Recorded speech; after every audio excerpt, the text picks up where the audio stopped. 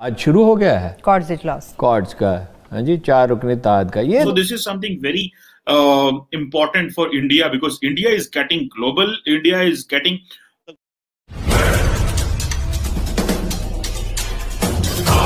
दोस्तों नमस्कार, सत श्री अकाल, वंदे मातरम, भारत माता की जय। दोस्तों जैसे कि मालूम है सबको कि 12 मार्च को क्वाड देशों का एक अहम मीटिंग हुआ जो कि अभी तक का सबसे बड़ा और गंभीर मीटिंग माना जा रहा है। इसे इस बात से भी समझा जा सकता है कि 2007 में अस्तित्व में आए इस ग्रुप के सभी 4 देशों में, जिसमें अमेरिका, जापान, ऑस्ट्रेलिया और अपना प्यारा भारत भी शामिल है, इससे पहले कभी भी इकट्ठे प्रधानमंत्री या राष्ट्रपति लेवल का इस तरह का मीटिंग कभी नहीं हुआ था। यह पहला मौका था जब इन देशों के राष्ट्राध्यक्ष मीटिंग में भाग ले रहे थे और इसका मुख्य विषय क्लाइमेट चेंज और कोविड-19 था। और सभी राष्ट्र प्रमुखों ने कोविड-19 के इस बुरे दौर में आपसी सहयोग को और मजबूत बनाने की बातें कही और इसमें भारत के रोल को सबने जमकर तारीफें की। लेकिन एक तरफ जहाँ क्वाड देशों की मीटिंग चल रही थी, वहीं दूसरी तरफ अपने पड़ोसी के सीने पे तो मानो सांप लौट रहा हो। ऊपर से आग में घी का काम किया अमेरिकी राष्ट्रपति का वो बयान जिसमें उन्होंने भारत के वैक्सीन प्रोडक्शन कैपेसिटी को और मजबूत बनाने में सहयोग करने की बात कही। इन सबका निष्कर्ष बताएं तो मुझे तो ऐसा लगता है कि इस मीटिंग के बाद अपने पड़ोसियों की तबीयत कुछ ज़्यादा ही खराब लग रही है। इसमें भी अगर चमचे की बात करें तो कुछ ज़्यादा है। तो इस मीटिंग के बाद क्या बात हो रही है अपने पड़ोस में, चलिए देखते हैं। आज शुरू हो गया है क्वाड्स इजलास क्वाड्स का। हाँ जी, 4 रुकनी इत्तेहाद। 2007 में ढीला से इत्तेहाद बना था। अब इनका हदफ क्या है? बहरे हिंद और बहरुल काहिल में चीन के लिए मुश्किलात पैदा करना। देखिए, जिसकी तजारती रास्तों पे, बहरी रास्तों पे हुक्मरानी होती है उसी की होती है। कभी बारबरोसा ने बहरुल काहिल को तुर्कों की झील बना दिया था, उनकी मर्जी के बगैर कोई गुजरने। फिर बरतानिया की 100 साल हुक्मरानी रही। अब अमेरिका की है। जनूबी समंदरों पे उस पर दबाव डाल रहे हैं, बलाक बना रहे हैं। चीन बलाक नहीं बना रहा, बनाना नहीं चाहिए। नहीं, देखे ना, उसकी हिकमत अमली ज्यादा वसीतर है और ज्यादा हिकमत उसमें। वो ताइवान पे अग्रेसिव नहीं है, वो इंडिया में इन्वेस्टमेंट कर रहा है। ठीक है ना, ये उसको रोकना चाहते हैं। उसने उसका मुतबादल निकाल लिया, सीपेक, 1 बेल्ट 1 रोड।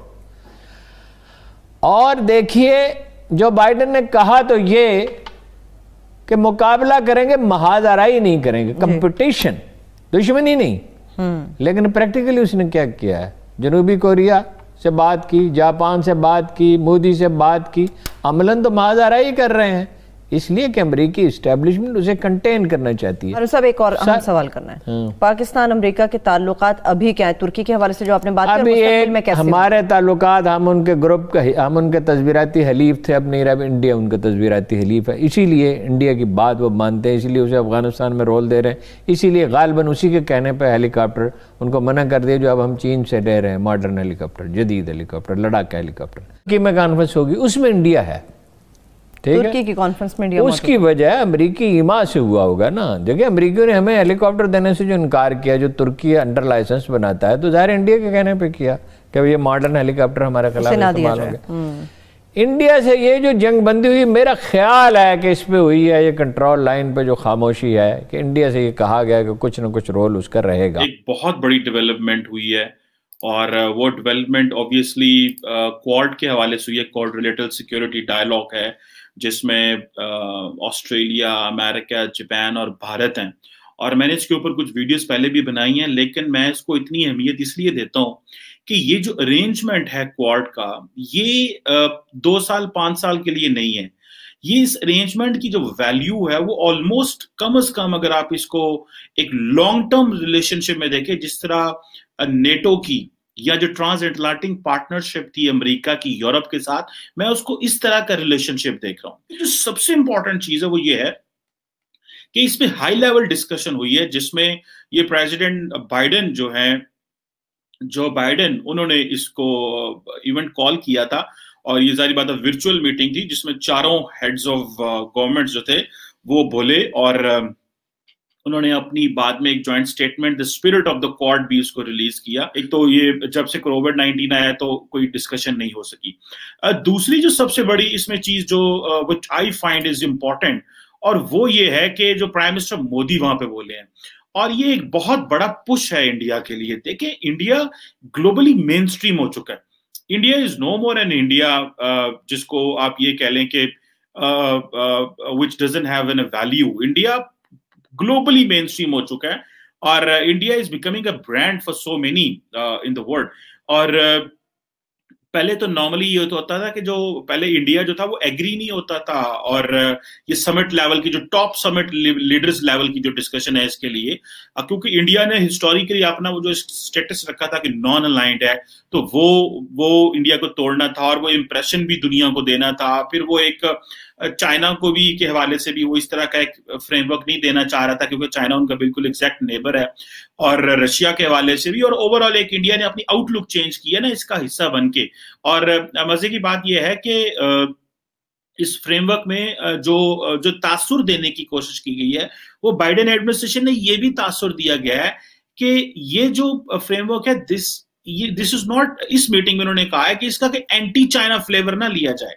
ये बहुत बड़ी चीज है कि इसको ये ना समझा जाए, हाँ बिल्कुल। सो इट मीन्स कि China is too much powerful and too much important that के उनके जो राइवल्स बैठते भी हैं तो they have to just don't give an impression कि हम सिर्फ चाइना के लिए बैठे हैं। There are so many other debates, लेकिन प्राइमरली सारी दुनिया को पता है ये चाइना के लिए है। सो जो इंपॉर्टेंट डिस्कशन हुई वहां पे, उसमें जारी बात है इंडिया के प्राइम मिनिस्टर नरेंद्र मोदी बोले और उन्होंने अपना मुकदमा रखा, और उन्होंने आप इमेजिन करें कि बाइडेन के बाद बोले, यानी कि उसके बाद जापानीज प्राइम मिनिस्टर, उसके बाद स्कॉट मॉरिसन जो कि ऑस्ट्रेलियन प्राइम मिनिस्टर हैं, सो ये उनके बाद बोले। और उन्होंने अपने कहा कि जहां से उन्होंने मोदी साहब ने अपना शुरू किया कि एक्सीलेंसीज ये जो है ये डेमोक्रेटिक वैल्यूज और ये इंडिया की कमिटमेंट है एक free open and inclusive Indo Pacific के लिए। सो ये वही जारी बात है, जो इंडो पैसिफिक का जागन जो है इसकी बहुत वर्थ है, और इंडो पैसिफिक की इस जागन की वजह से India as a nation as a state mainstream हुआ है। इसी तरह प्राइम मिनिस्टर मोदी ने क्लाइमेट चेंज की बात की और टेक्नोलॉजीज की बात की, और कहा कि जी we are a force for global good, हम दुनिया के लिए ग्लोबल गुड की तरह है। और उन्होंने ये भी कहा कि हमारी एक इंडियन फिलॉसफी है ऑफ वन फैमिली फिलॉसफी उन्होंने डिस्कस की, जिसमें उन्होंने कहा जी कि ये जो समिट है, ये जो क्वाड की समझ है, जो समिट है, ये अब मेच्योर हो गई है और उसकी उम्र पूरी हो चुकी है। अच्छा, मजे की बात यह है कि अमेरिकन डिफेंस सेक्रेटरी हैं लॉयड ऑस्टिन जो है वो भी आ रहे हैं एशियन टूर के ऊपर, ओवर जापान, साउथ कोरिया और वो इंडिया भी आ रहे हैं। सो उनके जो प्राइम मिनिस्टर थे सुगा साहब, उन्होंने भी ये कहा कि हम साउथ ईस्ट एशियन नेशंस को साथ में लाएंगे, और उन्होंने कहा, और जो उन्होंने इसको कहा जी कि हम एक एक्सप्रेशन देना चाहते हैं कि हम जो चाइनीज यूनिलैटरल एफर्ट है कि जी वो खित्ते को अपनी मर्जी से तब्दील करने की, वो हम नहीं पसंद करते। इसकी वैल्यू इतनी हाई लेवल की है कि जो यूएस नेशनल सिक्योरिटी एडवाइजर है जैक सुलिवन, उन्होंने इसके ऊपर ब्रीफिंग दी, जबकि इंडिया की तरफ से इंडिया के नेशनल सिक्योरिटी एडवाइजर ने ब्रीफिंग नहीं दी, उनके जो फॉरेन सेक्रेटरी हैं उन्होंने इसके ऊपर ब्रीफिंग दी, वो भी मैं आपको बताता हूँ। जो व्हाइट हाउस में उन्होंने रिपोर्टर्स को बताया कि जी एक वही स्ट्रॉन्ग डेमोक्रेसीज और हम इसी तरह है, और जो की रीजनल इश्यूज हैं वो हमने डिस्कस की है, जिसमें फ्रीडम ऑफ नेविगेशन, और पर्टिकुलरली वो क्योंकि चाइना के हवाले से आए तो वो coercion in the South and East China Sea की बात करते हैं, और नॉर्थ कोरिया की भी बात करते हैं, और म्यांमार की भी बात करते हैं। So this is an agenda which America के लिए वो चाइना के इर्द गिर्द घूमता है, जबकि इंडिया के लिए दिस इज अनदर थिंग। वो सिर्फ इसको ओनली चाइना के लिए नहीं कह रहे, वो इसकी एक स्ट्रेंथ एंड डेवलपमेंट के लिए बात कर रहे हैं। सो जारी बात है कि जिस चीज की इंपॉर्टेंस थी उसमें ये था कि इंडिया ने क्योंकि कोविड वैक्सीन बना ली है, तो जो अमेरिका ये कहता है कि जो उनका यूएस डेवलपमेंट फाइनेंस कॉर्पोरेशन है वो इंडियन ड्रग कंपनी है बायोलॉजिकल के साथ जो है ना वो कैपेसिटी बिल्डिंग का काम करेगा, ताकि 2022 तक तकरीबन इंडिया की मदद की जा सके कि वो 1 बिलियन डोजेस तैयार करे। इसके साथ साथ जो जापान का इंटरनेशनल कोऑपरेशन एजेंसी है वो भी कंसेशनल लोन देगा न्यू दिल्ली को कि वो अपनी मैन्युफैक्चरिंग जो है और वैक्सीन की एक्सपोर्ट जो है उसको हेल्प आउट कर सके।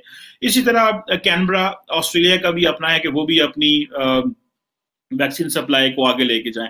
सो इंडिया, क्योंकि जो इंपॉर्टेंट चीज है वो इंडिया है, क्योंकि Japan already third largest economy है, Australia is a developed country, but India is getting into the bigger club. So जब इंडिया बड़े क्लब में जाता है तो उसकी जो सिग्निफिकेंस है वो बड़ी हाई हो जाती है। जो इंडियन फॉरेन सेक्रेटरी है हर्षवर्धन साहब जो हैं, उन्होंने जब इसको डिस्कस किया, उन्होंने कहा जी कि हम तो कोविड-19 के इम्पैक्ट को कम करने की बात करेंगे। और जो डिस्कशन हुई, क्योंकि इंडिया, देखिए इंडिया क्या लेना चाह रहा है, India is important, South China Sea, East China Sea, बाकी म्यांमार, नॉर्थ कोरिया, न्यूक्लियर, सब चाइना इंपॉर्टेंट है। लेकिन इंडिया किस पे काम करना चाह रहा है? इंडिया काम करना चाह रहा है क्रिटिकल एंड इमर्जिंग टेक्नोलॉजी के ऊपर काम करना चाह रहा है। और उसके लिए वो कहते हैं वर्किंग ग्रुप बने जो क्वाड मेंबर्स की हेल्प करे, क्योंकि अब इंडिया समझता है कि जितनी ज्यादा वो इनसे ये एक्सट्रैक्ट कर लेगा चीजें, उतनी ज्यादा उनको, ये डेवलप्ड वर्ल्ड है सारी, तो उनको फायदा होगा। इसी तरह वो जो टेलीकम्युनिकेशन जो डिप्लॉयमेंट्स हैं उसके ऊपर मदद देना चाह रहा है, और अपने जो इक्विपमेंट सप्लायर्स हैं उनसे वो बढ़ाना। This is something very important for India, because India is getting global, India is getting वो जो डेवलप्ड वर्ल्ड के पास सारी जो स्मार्ट टेक्नोलॉजी उन्होंने बनाई हुई है उससे वो चीजें एक्सट्रैक्ट कर रहा है। So this is something very bigger plan.